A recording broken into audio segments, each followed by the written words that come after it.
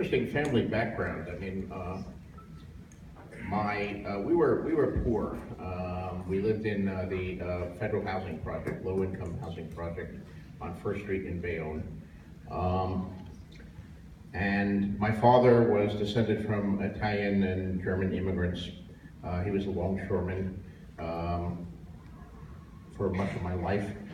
He was actually unemployed for 2 years when I was young. He'd lost his job at the Navy base, and there was like 2 years where he didn't get another one, so we were living on unemployment and so forth.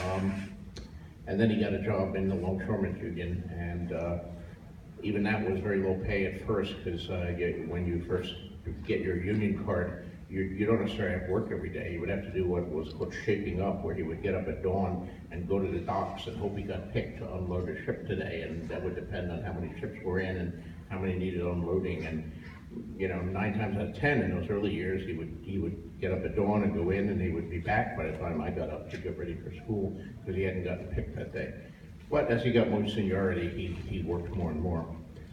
But my mother was a Brady. She was from an Irish family that actually had been quite prominent and quite wealthy in Bayonne in the time of her father and his father. There was a big construction company, James Brady's Sons. They built a dock, the Brady's Dock it was called, where they unloaded their construction materials directly from a ship onto their own dock to build things. And they had a big house on 4th Street. That was one of the only houses on 4th Street at that time. But during the Great Depression of the 1930s, the company went bankrupt and they lost all of their money.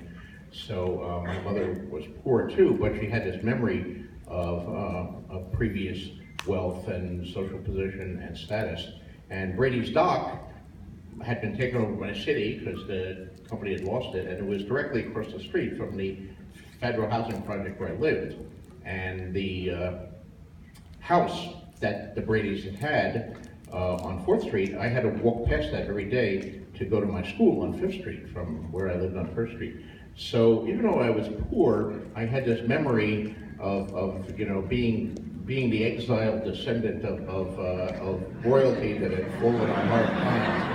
And it may have helped motivate Daenerys Targaryen. And I would look at that dock and say, that dock used to be ours. And the city dock. And I'd walk past that house and look at it and say, who's living in that house now? That should be our house. Why don't we have a house? And we really did have very little money. We did not even own a car. So I lived on 1st Street. I went to school on 5th Street, and pretty much my whole world was those 5 blocks.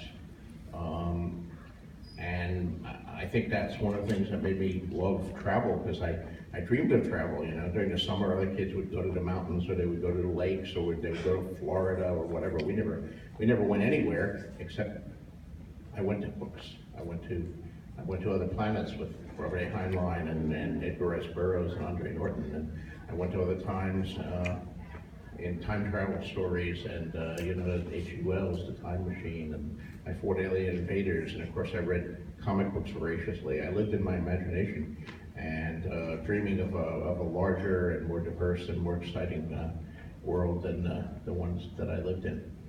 And I did know pretty early on, from seeing the stuff my father went through, that I did not want to be a longshoreman. I saw the kind of back pain and stuff like that he had, and how hard he worked, and for relatively little money, and of course gave me real sympathy for the working class, the underdog. I'm still a real union guy, a real blue collar guy. Down deep, wherever else life is.